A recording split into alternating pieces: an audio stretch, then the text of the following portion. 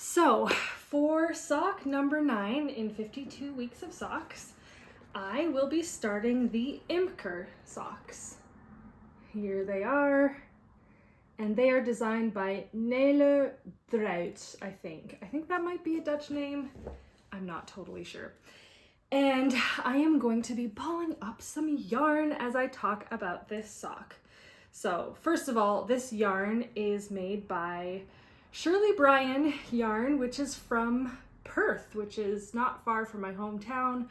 Fun fact, my mom's best friend lives and works on a farm in Perth, so I have, an affinity to Perth. And this is actually a fade yarn, and I'm gonna talk about that. So this sock, this is a toe-up cabled sock. By the way, this yarn is called 4/8, 15, 16, 23, 42. And if you don't know what that is a reference to, you probably think, wow, what a random name for a yarn. It's a reference to the TV show Lost, which I watched all through high school. And that series mostly happens kind of on a desert island jungle situation. And I feel like these are kind of jungle colors. So in my last sock, I talked about how I was really enjoying knitting with hand-dyed yarn that changed colors and was kind of spotty and interesting to look at.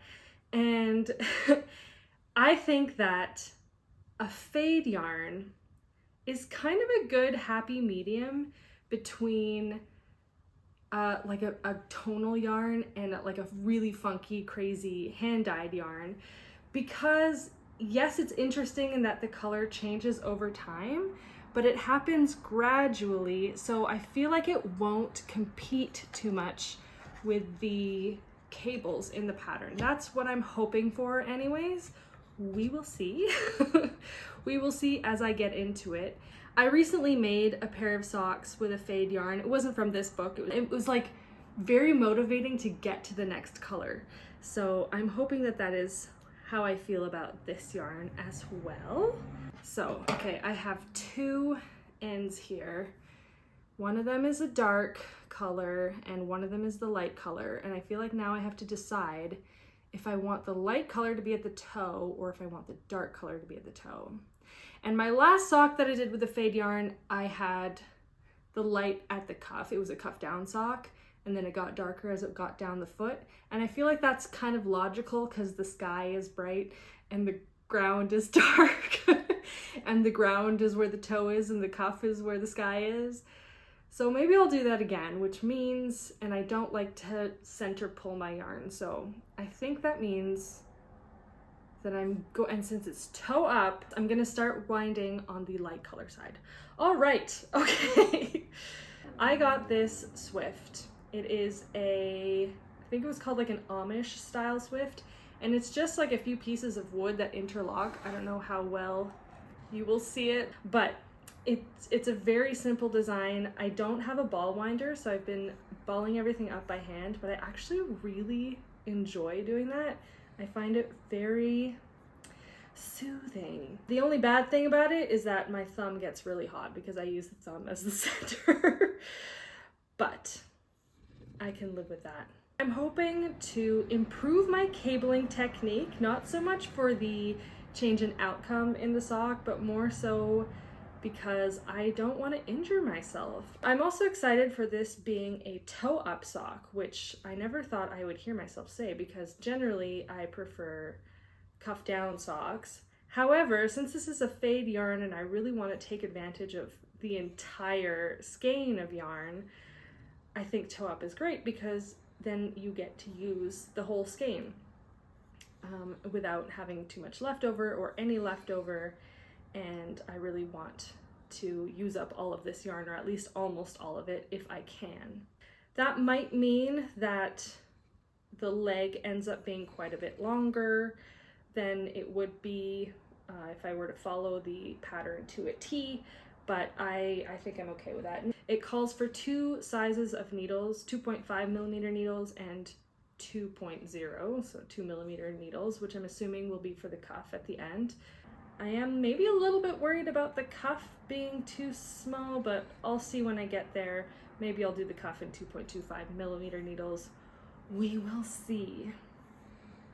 Okay, so I think that's pretty much all I needed to talk about these socks. So I'm just gonna continue to ball up my yarn, and I will see you when I'm ready to start knitting. I filmed a fun little time lapse of me balling up this yarn. So satisfying to watch. And here the ball is all caked up. So pretty. So I have a little update. It's the next day and I have started my sock, and a few things to note. So first of all, I went on the Ravelry page and I read up about the pattern, and there's like a little blip, even if you're not buying the pattern, it's just like in the description. And she talks about what the design is supposed to be. So Imker, I've learned, means beehive in Dutch. And this cabled pattern is supposed to be like honeycomb, and I think it totally looks like a honeycomb. And then there's also 1x1 cabling on the sides, and that's supposed to be little bees. So I love that concept, and it's kind of too bad that it's not in the book, but I guess, you know, the book already has like 250 pages. If everybody wrote an extra blip, maybe the book would just be like too big. I don't know. Anyways, I'm happy to have learned that, because now I have an extra appreciation for this pattern. And speaking of the 1x1 cables on the sides, this pattern gives instructions on how to knit 1x1 cables without a cable needle or having to like slip these stitches and pinch them with your finger.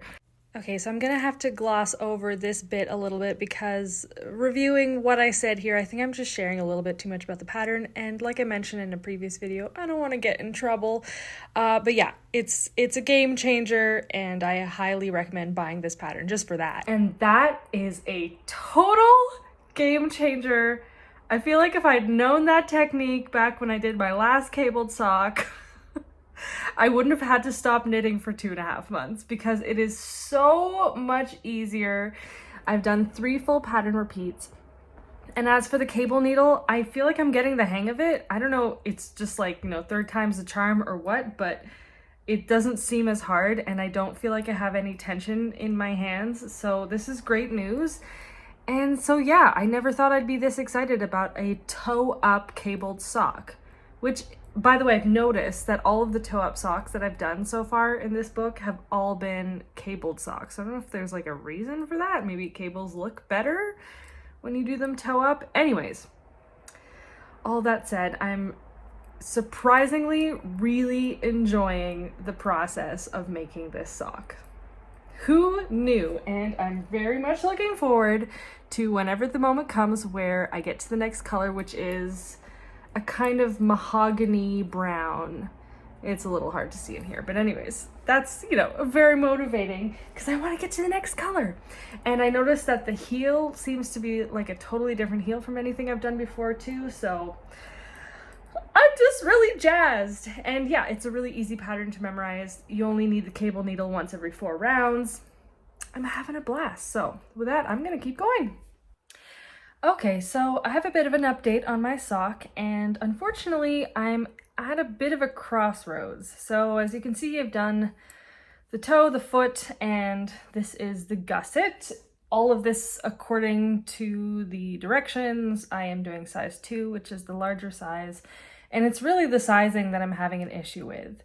So I spent a little bit of time on Ravelry reading other people's comments on this pattern, and many people have commented on how tight the fit is on this sock. In fact, there were a number of cases where somebody had posted a picture of their finished sock, but then in the notes it said, but I'm actually going to frog the whole thing because I can't get it over my heel, and nobody in my family can get it over their heel. So I already knit with kind of high tension, and you can see like how much it shrinks the part that has the cabling on it. Like this bit on the edge, that's actually from the bottom of the foot. And once I get to the leg, I'm supposed to be doing cabling on the front and the back. And I kept looking at different people's projects on Ravelry, and some people had added extra purl stitches in there to make it a little bit bigger. There was one person who added this row of bees also on the back, so that added a few more stitches in the back. And then there were also quite a number of people who just did stockinette in the back. And here in my pattern, it does say like, oh, if you want to do the cable pattern in the back of the sock and not just do stockinette, make sure you end on row whatever before you start the gusset stitches. So in a way, the pattern is acknowledging that, you know, you can just do the cable pattern in the front. Anyway, so I stretched this out as far as I possibly could. I measured it. I doubled that measurement, which I'm assuming would be the, you know, full stretch amount if I were to do the cabling on the back of the foot. And then I measured the widest part of my heel over my foot and compared that measurement to what I got from this. And basically, I think I would be missing like 3 or 4 centimeters of space to be able to get my foot into this sock. So I think I have to make some kind of adaptation to this pattern. And there's a couple of things that I'm mulling over. The, you know, simplest solution is just to do stockinette in the back of the foot. But I really want to be as close to the original pattern as possible, and I really like this pattern, and I would like for the back of the sock to also have it. But yeah, I don't know. I'm not loving any of my options right now. But I can't just follow the pattern as it is, because I know it won't fit me, and I would not want to rip the whole sock out and start over. So I think the simplest solution might be the best one, which is to just do stockinette in the back, which is kind of a bummer, but it kind of highlights the yarn a little bit more when there's no pattern on there. So maybe that's a way I can justify it to myself. That is kind of a fun thing about where I'm at right now, is that I am getting to the next color in my yarn, and I think it's really pretty. So maybe this sock is more so about the yarn than it is the pattern. But anyways, I wanted to mention this also for this sock, because this is the first sock where it's really been an issue. But in this book, most if not all of the patterns have just 2 sizes. And, you know, in this case, the larger size is going to be way too small for me. But then when I went on the Ravelry page, it looks like the pattern has like 5 or 6 sizes. So it's like, well, why weren't all of those sizes included in the book? I guess if they did that for every single pattern, I mean, the book already has like more than 250 pages. Maybe it would just be too complicated, too many pages. But it's like, if I want a larger size, like I don't want to have to also buy the pattern on Ravelry, because I already have the pattern, you know? Anyway, so it's not exactly like the most, I guess, size inclusive book. And I know there's a lot of discussion on size inclusivity when it comes to garments. And I guess I didn't really think about socks because I didn't think about it too much. But anyways, my feet are not that big, so I feel like it shouldn't be a problem for me. But anyways, yeah, you might have to do some creative thinking if you have larger feet and you want to make this pattern. So I don't know. I'm gonna have to make my decision basically now, though, because it's time to either increase more in the gusset or do the heel. So we'll see what I end up deciding. Okay, so I have finished the Imker socks, and I have a confession to make. It's once again been like a good 6 weeks since my last clip. I actually finished these socks a while ago, but then I got, busy with some gift knitting. I just made this guy. Anyways, that's very off topic. But anyways, it slipped away from me. So I am hoping that I remember everything that I wanted to say about these socks. I actually only have one of them blocked. And I find this one looks particularly funny before it's blocked, because I feel like it looks like a snake skin, like a snake that shed its skin. Anyways, I'll just show the blocked one because it looks a little bit nicer. But yeah, these socks, I like them, but I do have a very big issue with them, and that has to do with the sizing. But first, I'm going to go through my list of how I'm rating all of these socks. So difficulty, I'm going to give these a 2 out of 10 in difficulty. I thought they were going to be a lot harder, but the 1x1 cabling and the little trick that the pattern gives you total game changer. What I learned, well, I learned how to do that new cabling technique, but I also learned how to do the Eye of Partridge heel. And that is like something I've been curious about because I really like how it looks, but I didn't know how to do it, and it's super easy. If you know how to do a slip stitch reinforced heel, you can do this. You're just offsetting the slip stitches every second row, and it creates this like little, it's not really a honeycomb, but I guess it kind of mirrors the honeycomb of here. Anyways, whatever. I think it's gorgeous, and I've actually made another pair of socks, just not from this book, with this heel because I've really liked it. And this is my first sort of heel flap and gusset toe up sock, so that was interesting. Would I be able to whip it out and just do it without referring to this pattern? No, but I'm glad to know it's possible because I do find that the heel flap and gusset fits me a little bit better. However, this heel is not really deep enough for my foot, and honestly I'm always gonna I think I'm gonna always struggle a little bit with toe-up socks when it comes to sizing. But actually the big issue with sizing is really from the leg and the cuff up, so I'm just gonna go into what I would do differently right away. So I touched on this before, and this might be partly my fault. Cabling does make a less stretchy fabric, and also, like, I guess I didn't do a gauge swatch, but I never do a gauge swatch for socks, and I don't really want to. It's just socks, right? But I did learn a lot through this process, so I think this is a light fingering yarn, so maybe that affected my gauge a little bit, but even so, there's no way that these socks would have fit me at all had I done the cabling on the back. And I'm a little bit disappointed by that because I've been really trying to stay true to patterns in this little challenge that I've made for myself, but I also want socks that'll fit me. So, you know, I wish that the pattern came with more sizes. I think if you buy it on Ravelry, there are more sizes, but in the book, there are just 2. And I did do the larger size, and it's still quite small. And reading the Ravelry project pages, a lot of people have had issues with this. So I don't think it's just me, but I also want to take responsibility that I didn't gauge swatch, and maybe this wasn't the right yarn, but I don't know. I think it needed like a whole other pattern repeat. The other thing that I learned, and this has nothing to do with the pattern, but because I wanted to use this fade yarn and I wanted to use all of it, I have a much longer leg than what the pattern called for. I think it was telling you to do the pattern repeat like 4 or 5 times, which would have brought me to about here before doing the cuff. But I just kept going until I felt like it was time to do that cuff. And, you know, maybe some people have straight up and down legs, but my calf, you know, starts to get a little bit wider. And I can pull these all the way up, but from like here on, it's quite tight around my calf.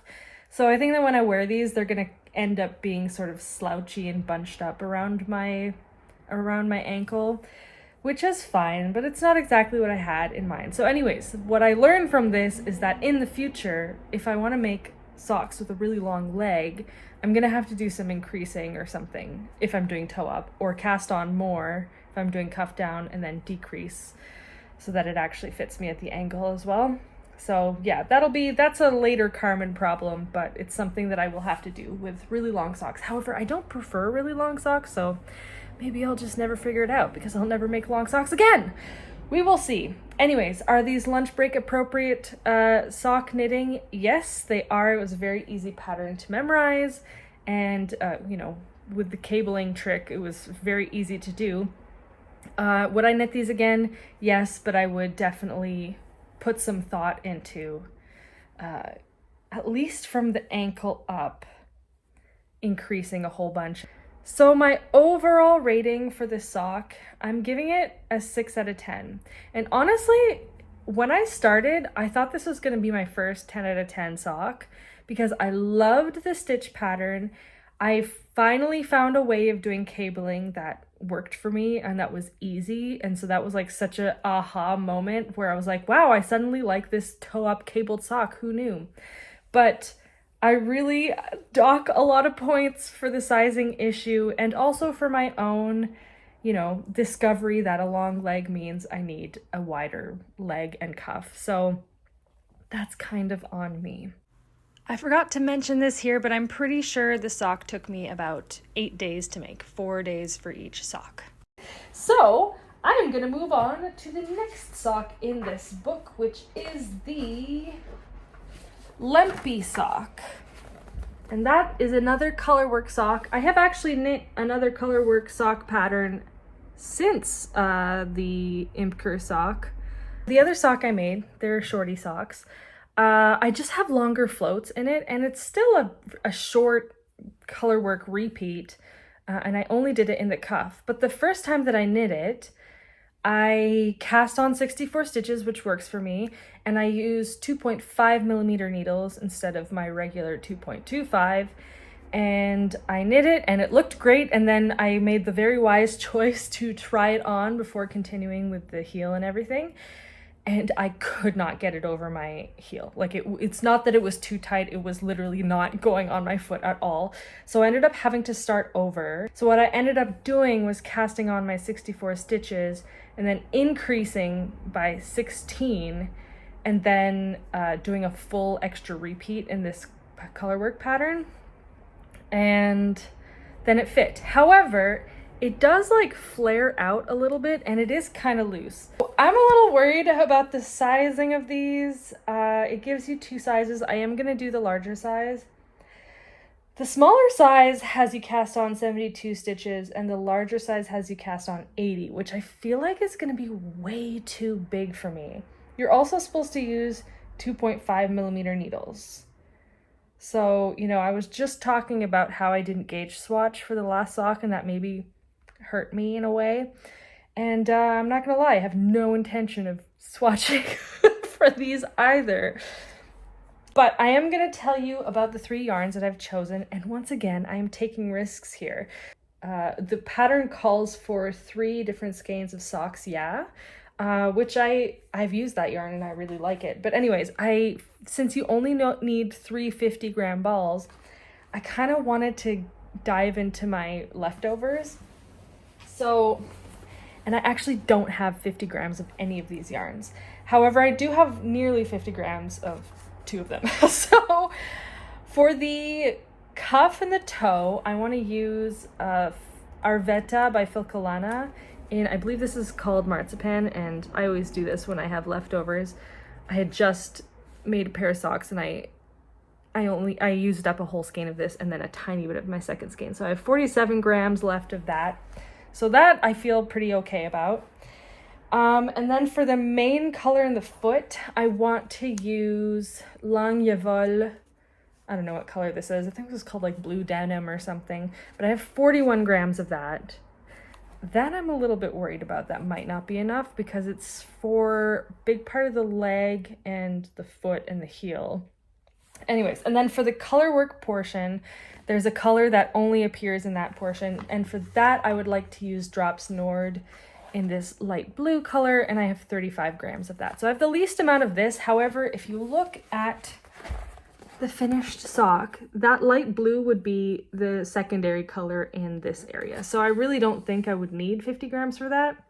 I have almost 50 grams for these 2 areas, the toe and the cuff.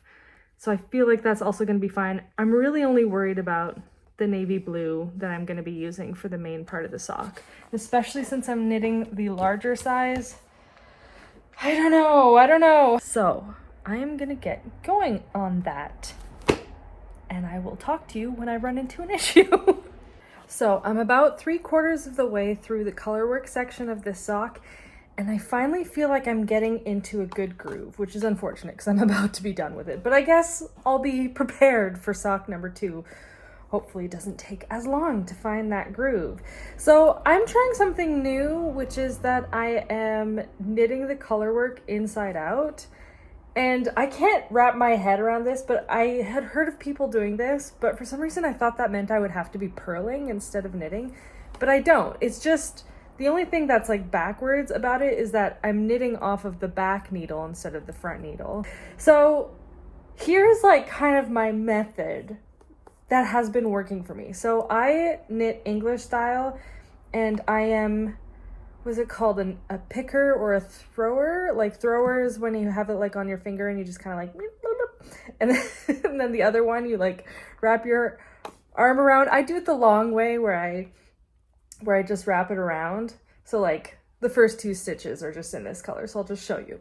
So I have this, I wrap it around my finger and I do that. And it maybe is slower than some other people knit, but it works for me. So the way that I've been doing it, I've been holding my one yarn, in this case it's my main color, and then my contrast color, I kind of just hook it in between these fingers here. And like, this is a bit of a weird thing to explain, but this is how I normally have my normal yarns. The only change is that I hook this, and then when I get to the point where I have to work with this contrast color, then I'm kind of throwing it. And I've never thrown before. I think that's what it's called, but it's like, it's working. And yeah, I'm knitting this inside out because I did struggle a little bit knitting magic loop and going from one needle to the other and like the stitches just being too tight, because when you're carrying your yarn in here, and let's say your last stitch was there and then you're working on a stitch there, it's like you need a lot of slack, because technically it should go all the way around here, but like it'll end up just kind of cutting that corner. And that is, I mean, I've loved magic loop in general, but that is kind of the one big flaw that I've found. However, yeah, knitting it inside out makes it okay. But my first couple of rounds was actually way too loose in between the needles, and then I started tightening up, and then I found it was bunching a little bit too. So now I feel like I'm kind of finding the happy medium. Anyways, I'm gonna finish this colorwork section, and then I'm gonna give another update because I actually did make a couple of changes to what I said earlier, but we'll get there in a minute. So I have just finished the leg, and that means that I have finished all of the colorwork that appears in this sock, and I just tried it on and it does fit. Okay, so a couple of changes that I made. I ended up deciding to make the smaller size, and that was a little bit of a risk because I wasn't sure if the colorwork is going to fit. But yeah, I ended up going for that because normally I'm casting on 64 stitches on 2.25 millimeter needles, and that works for me. So the thought of casting on, I mean, the smaller size, which is what, 72 or 74? 72 stitches on 2.5 millimeter needles, that's already quite a bit bigger than what I normally go for. It is kind of a loose cuff, and I also think because there's this like disruption in the 2x2 ribbing, it doesn't like cinch in as much. Just something that I'm noticing. Maybe when it blocks out it won't be as obvious of a change, but I am kind of like confused about the cuff versus the leg. Also, like, I feel like the cuff should be shorter than the leg, but it's way longer. I almost feel like it should be the other way around. Like, this should be the cuff and this should be the leg. But anyways, I am now going to move on to the heel. From this point on, it seems like a pretty regular sock construction, and I don't think I'm gonna run into any major problems except for maybe running out of yarn, as discussed. So I suspect we won't be chatting until the sock is done, but hey, you never know, we'll see. So I'm on my lunch break and I actually am working on my second sock. However, do not be fooled. I would not really want to knit this whole sock on my lunch break. I think everything but the color work is doable, but I spent a whole day working on this color work section on my first sock, and that was a day that I had off. It fell on my weekend. So I'm gonna go out on a limb and say right away that this is not a lunch break appropriate sock. However, I am doing the cuff on my lunch break because I can do at least that. Now, I'm gonna get back to my muffin and my matcha latte and my second sock. Hello, so I have just finished the Lempi socks, and I have a lot of things to say about this. Some of it I've already touched on, some of it I haven't, but I will just start with my rating system. So difficulty-wise, I'm gonna rate these a 5 out of 10. They were kind of hard for me just because I'm still not an expert in color work. However, I do think I am making strides. Other than that, it was a pretty simple construction. I mean, this is just ribbing and heel flap and gusset that I've done a million times. I know how to do all of that. So it wasn't terribly difficult, but I'm just not a pro yet. I will get there though. What I learned, it all has to do with the color work. So, and I talked about this, I had that little technique where I figured out how to hold both yarns in one hand, and actually with the second sock, it got quite a lot faster. So I do feel like I'm improving. So I that wasn't taught to me, I kind of just figured it out, and I might, you know, change if I figure out a more effective way of doing it. But the other thing that I learned was the value of knitting inside out. I still don't understand how you can knit inside out and not have to suddenly purl. I don't know, I can't wrap my mind around it, but anyways, it worked, and I don't have any like weird puckering or anything. I actually haven't yet blocked these. Putting them on the sock blockers is like creating a bit of an illusion. I'm curious to know how much the thing that I don't like about this sock becomes amplified once I block it. So, well, I'll just keep going with my list. Is it lunch break appropriate? I would say no for me right now at my current level of skill in color work. I really needed to be like in my space with my yarn balls next to me and holding the book open with the chart there and looking back and forth. Like, it was just, I think I'm just not skilled enough yet in that to be able to do it on the go and like maybe be distracted by whatnot at work. And I also feel like it would just be kind of annoying to have a whole bunch of yarn balls to have to juggle around when I'm on the go. I don't know, I kind of feel like just working with one at a time is kind of enough for me. Anyway, so I would say no for lunch break appropriate, at least at my current level of skill. Would I knit these again? No. I have a pretty big issue with this sock, and I'm probably going to insert a clip of me wearing it, and it has to do with specifically the cuff. So I had a lot of, you know, inner conflict when I was deciding what size to knit. I'm very glad I ended up going for the smaller size, because even the smaller size is way too big. I think 72 stitches on 2.5 millimeter needles for the color work was perfect. I can get it over my heel. You know, I do have to like shimmy it a little bit, but I think that's kind of normal. And then once it's on my, you know, ankle area, it's not like too loose or anything. So I think that that's a good combination for me anyways. However, the whole sock is 72 stitches on 2.5 millimeter needles. And I can kind of live with that with the foot, and I will discuss what I ended up deciding on doing with the foot. But with the cuff, it's like, even on the sock blockers, before having blocked them, it's too big, it's too loose. And when I wear the sock, it kind of falls down and bunches up. And I really, really don't like that. I think it looks super strange. And I feel like it's just gonna get even bigger and looser once I block it. Like, do you see what I mean here? It's just like so much looser, and I feel like I either have to wear the socks kind of bunched up like this because it's just gonna keep falling down, or maybe I just have to embrace it and like fold the cuff over. But I think that looks kind of silly too. I don't know.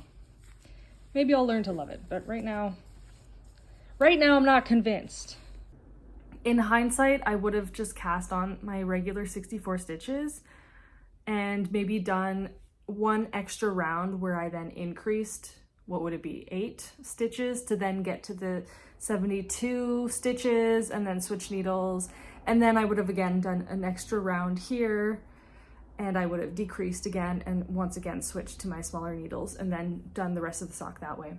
But even so, I don't love this stitch pattern for the cuff.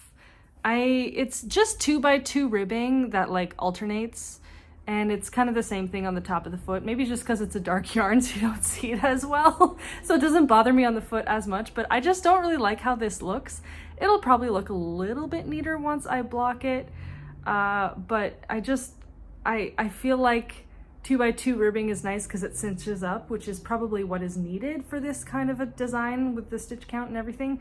But when you interrupt it, opens up that ribbing again. So I don't love that. And I also don't like or understand why the cuff is so long in comparison to the foot. And this isn't like a gauge or tension thing on my part. Like, I follow the pattern, I've looked at other people's projects, they all look like this, they all have that proportion. This is, I think, 45 rounds and this is 28.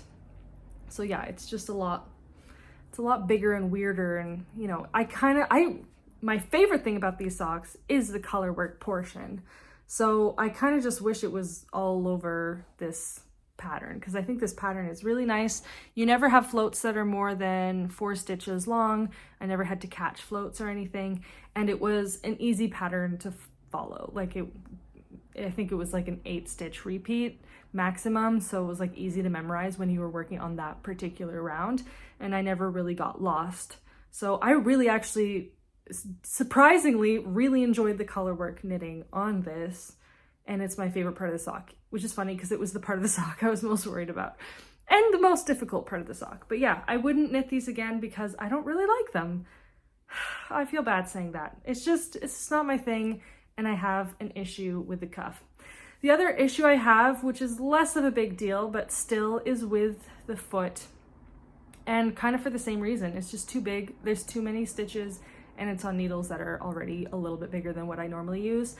I kind of solved for that by knitting a slightly shorter foot. So I'm not getting negative ease this way, but I am getting negative ease lengthwise. So it's like, I think that just means that these socks are not going to hold up as well because they're going to be stretched out this way, and it's not as dense of a fabric as what I normally have anyway. But they fit, it's fine, and because I did that, I didn't have to do a stripe in another color because I was running out of yarn. I think I have 2 grams left of this navy blue, so I do feel quite good about using up all of my navy blue yarn. I just realized that I never actually gave my final rating for the Lempi socks. So I decided to rate these a 3 out of 10, which I think might be my lowest rating. And yeah, it's for all of the reasons that I listed, namely the cuff. But it does get some points because I really like the colorwork pattern.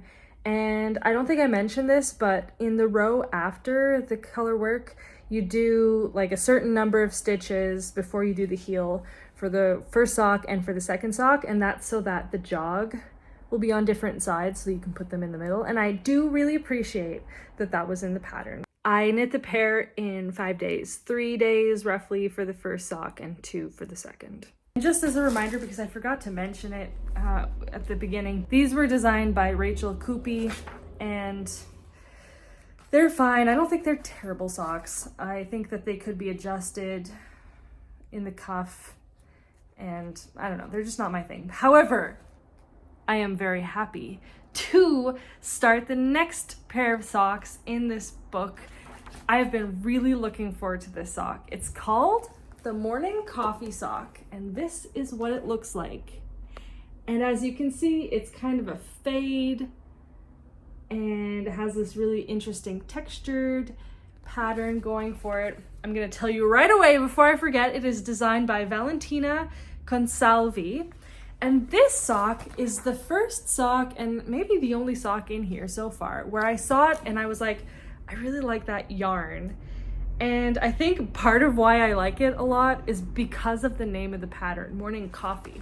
Like, I feel like that just looks like a cappuccino that you would that you would drink with your breakfast in the morning. And I really I like that idea. So the yarn that they used it's a mini skein sock set by Snail Yarn in the colorway Cafe Latte, which is very appropriate.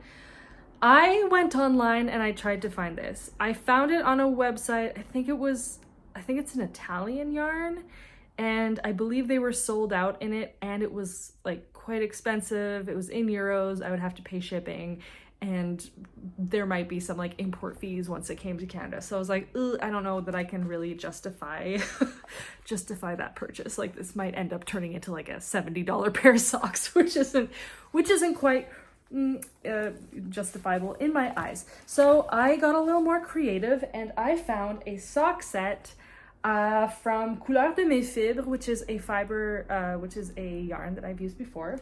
And I apologize for the crinkling, but it is in a plastic packaging. And I forget what this colorway was called. Leaf Green Fade. Sorry about the crinkling. I do want to keep them all together, so I'll try to be quiet. But yeah, it comes with 6 mini skeins. They are 25 grams. No, they're 25 grams each. For this pattern, I actually only need 5.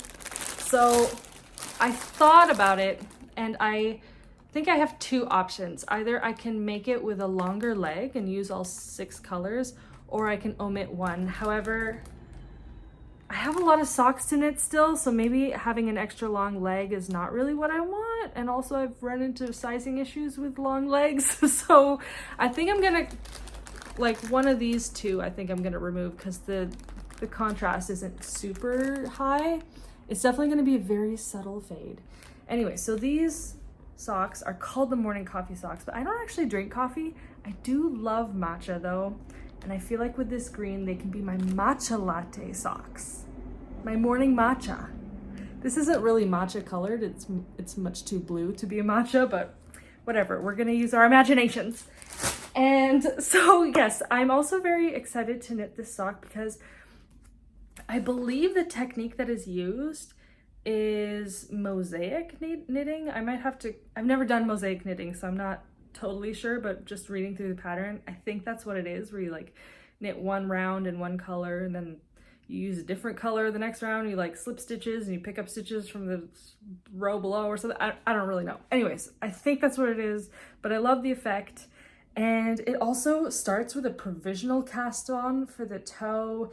And anyway, it seems like a really unique construction. And I also just think that the sock is very, very pretty.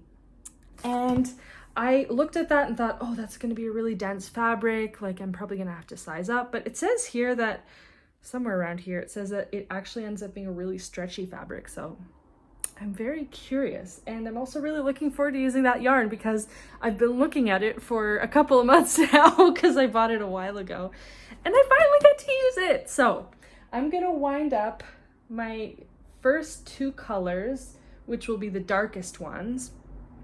And I'm gonna figure out how to do a provisional cast on. This is a toe up sock. That is my one like, toe up. But you know, I'm making peace with toe up. I've had some success with toe up recently. It'll be fine. It'll be fine. And also, you know, the ends will justify the means because I think this sock is really cute and interesting. So I'm gonna get on to that right now. Hi. Okay, so it's been a couple of hours. Normally I like to get right into the knitting right away, but I had to go to work and play a concert, hence the black outfit. Anyway, so I have just watched a tutorial by Very Pink Knits, who has taught me so many things over the past however many months that I've been knitting, and it's how to do a provisional cast on with a crochet hook.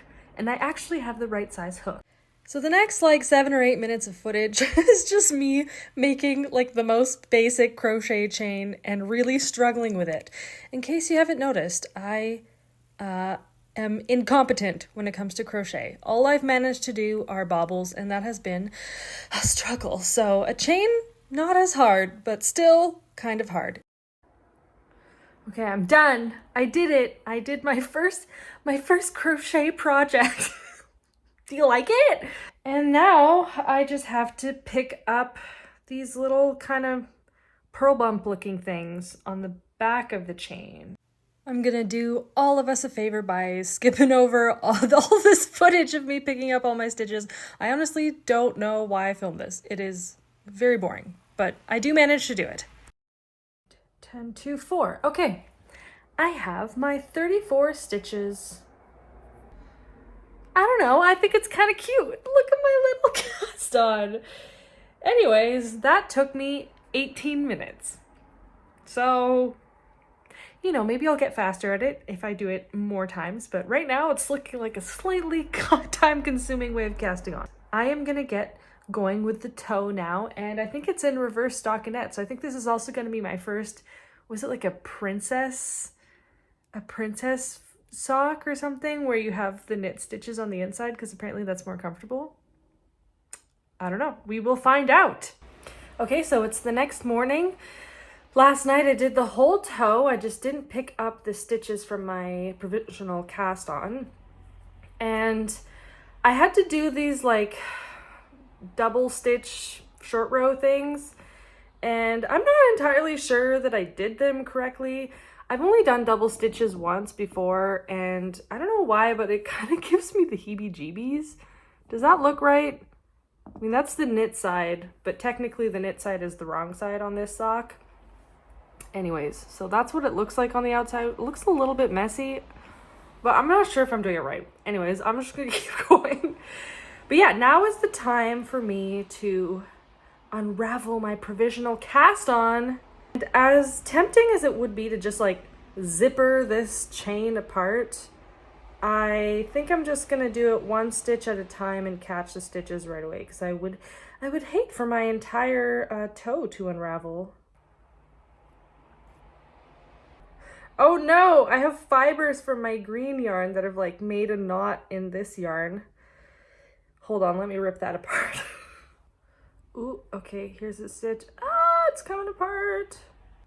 Okay, I got one. Now I just got to do that 33 more times. Okay, I think I'm getting the hang of it now. My goodness, it's like so felted. It's like really tangled up all the fibers in there. Okay, so I have a bit of a problem here. I've just gotten my entire provisional cast on yard off. However, I'm missing a stitch. So somewhere along here, I dropped a stitch. I think it's either at the very beginning or the very end. So at the very beginning where I started casting on, there was like basically like this little bar at the very end was like wrapped around the provisional cast on yarn. So I figured that was just a mistake, so I dropped it. Like, and nothing has unraveled because it was just like a little twist. It was like a yarn over kind of thing. And then also at the very end, right where, you know, my tail is, it was kind of the same thing. Okay, so I've just gone through this with a fine-tooth comb, and there are no like loose stitches anywhere. I don't really know exactly what I did wrong. So I'm just gonna like make one or try to pick one up where it doesn't make a big gap or anything. And I think it should be fine. However, for the second sock, I am first of all gonna use a different yarn. Because that was, I think, harder than it had to be because of the yarn that I chose. But I might also put like a locking stitch marker into the very first and the very last cast on, provisional cast on stitch, just so that I know when I'm picking up later what I'm supposed to pick up and what I might need to drop if it's just like an accidental yarn over like what I had over on this end. But it should be fine. I don't think this is a big deal. Okay, so I have just done my first pattern repeat and I have a couple of observations. Okay, so first of all, the like special stitch that you have to do is called a knit one below, and there are instructions to it which are actually very clear. However, I just wanted to make sure that I was really understanding it. So I watched a tutorial by Studio Knit on how to do it, and it turns out that what I was interpreting in those instructions was actually correct. However, in this video that I watched, they said that this is a very common stitch with brioche knitting. So what I said earlier about this maybe being mosaic knitting, I don't know if that's correct. I retract that statement. I'm not sure. Don't quote me on it. Anyways, but I've done one pattern repeat, and you know, doesn't look like much now, but I guess once I do it a whole bunch of times, it'll look pretty cool. And the other thing that I wanted to mention is that I foresee a mistake that I hope doesn't happen. I just know I'm gonna mix these up at some point. But yeah, it's a fade, and you know, with these next to each other, I can definitely tell this is the darker one, this is the lighter one. But if I'm just holding the two strands next to each other, it's not very obvious. And so far on the sock, I can't tell at all that that's two different yarns. So that's something that I'm going to have to be careful about. Anyways, I'm gonna keep working on this, and then I'm gonna have to go back to work and play another concert. I just want to knit. I don't want to go to work. Hey, so I have a confession to make. It's been a couple of weeks since I made my last update. I put this on a long hold, and let me tell you why. I tried it on at this point, and I found that it was kind of large. It's definitely a very stretchy fabric, but I already kind of felt like I should be starting to do the heel, and according to the pattern, I wasn't really quite there yet. And also, like, I don't really want to adjust it that much because then my color distribution would be all off. So then I went on to Ravelry, and I read everybody's notes, their project notes, and this is just the problem that everybody had. Yeah, the sock is way too big, and it's only going to grow after blocking, right? So I have made the decision that I'm going to do something that I have never done before, and that is that I've decided that I'm gonna start over. I know, this hurts. This hurts. Oh, I don't like it. So I'm hoping to get started, maybe just do the toe tonight, and then tomorrow I can work on it during my random break, and that will also be a test as to whether or not this is a lunch break appropriate project. So a little bit disappointing. Does feel like I've wasted a bit of time, but I'm sure that I will be much happier with my final product. The following day, I had a random 3-hour gap in my schedule where it didn't really make sense to go home in between rehearsals, so I got some good knitting done on my sock. So I'm at a very exciting point in my second attempt at this sock, which is the point where I now get to do the heel. And I was looking at the pattern, I'm pretty sure the heel is done exactly in the same way as the toe, so shouldn't be a problem. I did manage to do quite a bit of knitting at work yesterday. I didn't film an update because there were people around and I was embarrassed. Anyways, I love the feeling of this stitch pattern. It's super spongy, it's very stretchy. The sock looks a little weird right now because the reverse stockinette stitch on the bottom of the foot creates much more fabric than this stitch pattern. The pattern says that it's going to block out, so I'm hoping that is the case. But yeah, it does have a very bulbous bottom of foot right now. It's pretty late at night, and I just played a concert, and I couldn't go to bed until I finished the sock because I was so close to being done. And well, look at all these ends that I need to weave in. It's funny because it's a mostly purled sock, all the ends ended up on the outside. I am going to try something different for the second sock. So I have run into an issue. It's not a big deal, but it's just kind of an annoyance. This is a German short row heel. It is constructed in the exact same way as the toe is. It's actually my first time doing that. I have done double stitches before, but I'd never done like your classic German short row heel. From what I understand, your typical German short row heel, the last few double stitches that you work, you end up working them in the round, and that's what prevents big gaps from forming in the corners here. And I don't know how well you can see that, but it's pretty significant, especially on this side, but also on the other side. Like there's a kind of a big hole in there. On this side, it's not that big of a deal because I have to weave in these ends here anyway, so I can just sew it shut, but it's just kind of annoying. And I guess you can't really do that in this pattern because it would disrupt the stitch pattern.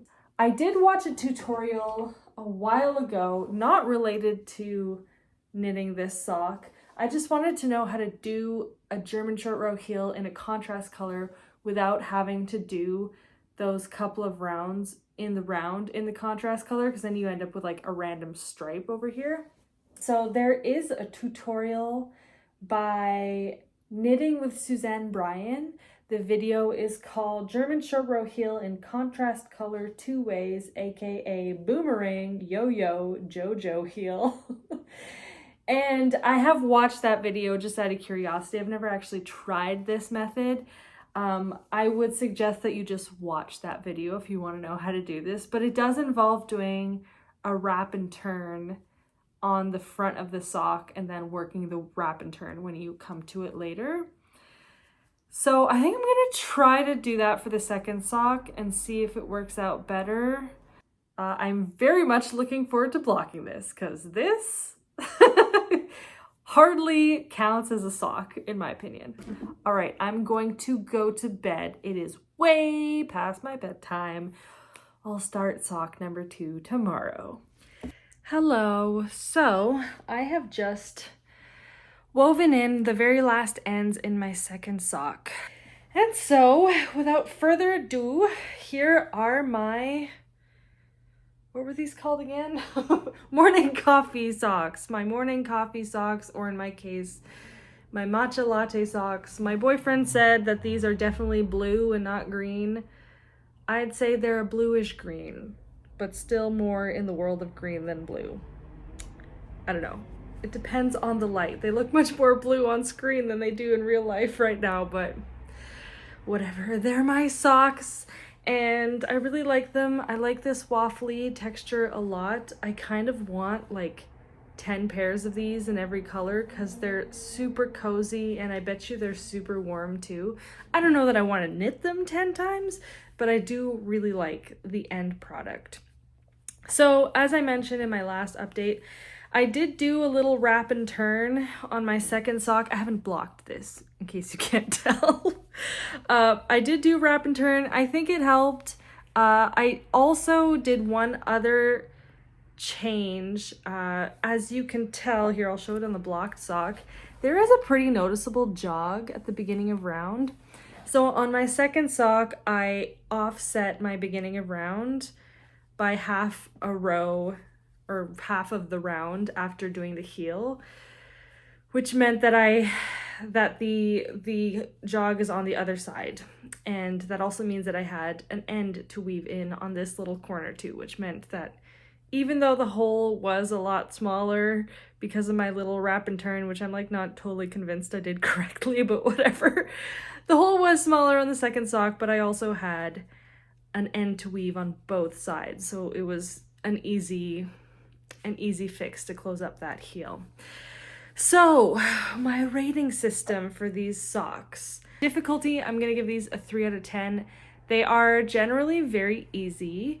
The only like kind of scary thing about these socks is that if you do have to tink back, if you drop a stitch or something, it is quite difficult to fix it. I did find the provisional cast on to be like a little bit finicky, but I ended up doing it 3 times because I started it over, right? And by the 3rd time, it was fine. It was just a new technique for me. What I learned, well, I learned how to do provisional cast on. I learned how to do this stitch pattern, which I love, and I definitely, like, if I had a sweater in this stitch pattern, it would be so cozy and comfy. Like, I would love that. Oh yes, and the other thing that I learned is how to do a German short row heel. So I kind of in theory already knew how to do that, and I had done German short rows in other things just that needed shaping in the past, so I had done that kind of like double stitch. Not sure that I love how it looks on the, well, for this sock it's the right side, but what is the purl side, which is usually the wrong side? If I turn this inside out and we look at it from the knit side, I find it's a lot tidier looking on the knit side. So I don't love how it looks. I don't think I did it incorrectly, but it just, there's kind of like these little holes. I mean, I worked the double stitches. I don't know. It just looks a little bit messy on the purl side. I'm not a huge fan on how that looks. So yeah, one of the things I might change about this if I were to knit it again is that I might try to do a shadow wrap heel. Would I knit these again? Yes. What would I change? As I mentioned, I'd probably do a different heel. I probably wouldn't do the provisional cast on. I found it more fiddly than necessary. I would probably just do Turkish cast on that I normally do with taupe socks and then do increases. you end up with something that is pretty similar, and I think it's neater looking, and I think it's a little bit easier too. So I would probably do that too. I think if I were to knit this again, I would either just use one yarn, and I could use a faded yarn. I've used those before and they're lots of fun. The way that they have you do the stitch pattern is that the lighter of the two yarns is the one on the outside, so it kind of looks like a little bit of a shadow. And I actually saw on a project page that somebody had done the opposite, but in two contrasting colors. So it kind of looked like the sock was glowing from the inside out. So that's like another way you could totally adapt this pattern and it would create a really different effect. You could also just use one yarn that's solid color. I think this is a really fun texture, regardless of what's going on with the colors. So I probably wouldn't bother with 5 different yarns. It's like maybe a little excessive for one pair of socks. So the time it took me to knit these, each sock took me about 3 days. Something I noticed when I was looking on Ravelry, if you buy the pattern on Ravelry, I believe the pattern has 6 or 8 sizes. So there are only 2 in the book. The larger size is definitely very large. But yeah, if you buy the pattern online, you'll have more options there. Overall rating, I'm giving these socks an 8 out of 10. I think they are fantastic. There are a couple of things that I would tweak, but they are easy fixes. I think they're beautiful. I think they fit really well. I think they are very forgiving if you end up making a sort of smaller size because they're so stretchy. And I obviously haven't worn them out in the wild yet, but I suspect that they are going to be really warm and cozy because of this spongy, waffly fabric that you end up making. So with that, I get the absolute privilege of working on the next pattern from this book. Sorry to leave you on a cliffhanger here, but I think this video is long enough as it is, so I'm gonna call it here. I just wanted to quickly mention that I forgot to tell you if this was a lunch break appropriate sock or not, and I am happy to say that yes, it is. So with that, I would like to thank you for watching this video, and I hope to see you soon in the next one. Bye!